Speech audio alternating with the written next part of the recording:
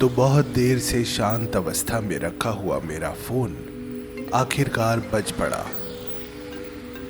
पहली घंटी बजने पर मैंने ना उठाया, लेकिन दूसरी पर मुझसे रहा न गया। जैसे ही शाजिया को गुरमीत ने घर छोड़ा, ठीक उसके कुछ समय बाद उसने मुझे फोन किया। फिर से बातें होने लगी, पर कहीं ना कहीं मैं उस समय शाजिया से बात करके कुछ खास खुश नहीं था। वो बोलती रही और मैं बस हाँ ना करता रहा। शायद मेरा दिमाग कहीं और ही चल रहा था। देर रात तक बातों के बाद फिर एक सुनहरी सुबह की शुरुआत हुई। मैं ना जाने क्यों लेकिन उतना खुश न था। सुबह मैंने शाजिया को मैसेज भी नहीं किया, लेकिन कुछ समय में उसका मैसेज आ गया। लेकिन मैंने कुछ जवाब नहीं दिया। शायद मैं बीते दिन से कुछ परेशान सा था। बहुत देर के बाद फिर उसका फोन बजा, जो मैंने नहीं उठाया। फिर उसने मेरे दफ्तर में फोन कर दिया, लेकिन मैंने उसका भी जवाब न दिया।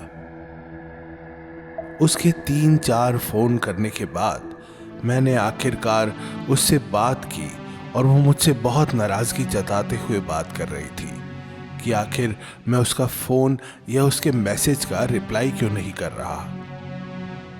वो मुझसे कहने लगी कि आप भी गुरमीत जैसे ही निकले, लेकिन मैंने उसे बहाने बनाते हुए कहा कि मैं दफ्तर के काम में कुछ ज्यादा व्यस्त था, इसी कारण से उसका फोन नहीं ले पाया। लेकिन थोड़ी देर ही बातें करने के बाद फिर सब कुछ नॉर्मल सा हो गया।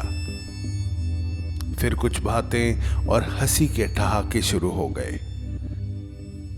मेरे अंदर ये एक बहुत अच्छी आदत है कि कोई हंस के 2 लफ्ज कह दे और मैं फिर उसका। लेकिन हर समय के लिए ये ठीक नहीं है। इसमें सामने वाला धोखे में भी आपको रख सकता है, और शायद कुछ ऐसा ही होना था मेरे साथ भी। जैसे जैसे दिन आगे बढ़ते गए, बातें और मुलाकातें और ज्यादा बढ़ने लगी। अब शाजिया गुरमीत से मिलती हफ्ते में सिर्फ रविवार को, और मुझसे हर एक दिन छोड़कर। शायद ये सब ठीक न था, पर शायद ठीक भी था। एक बात वो मुझे हर मुलाकात पर याद दिलाती कि गुरमीत को इस सब के बारे में कभी नहीं पता चलना चाहिए कि हम इतना ज्यादा मिलते हैं। और मैं भोला भंडारी उन बातों को काफी सीरियस लेता था। शाजिया को ठीक 6 बजे उसके दफ्तर से लेना और नजदीक में कुछ खाना पीना, बहुत सारी बातें करना और फिर उसे घर छोड़ना, ये अब रोज का काम हो गया था। लेकिन आगे का कुछ समझ में नहीं आ रहा था। आखिर आप सामने वाले के मन को पढ़ नहीं सकते कि उसके भीतर क्या चल रहा है। वक्त आते आते बहुत सी बातें हुई और बुराई की ओर मैं अकेला ही था।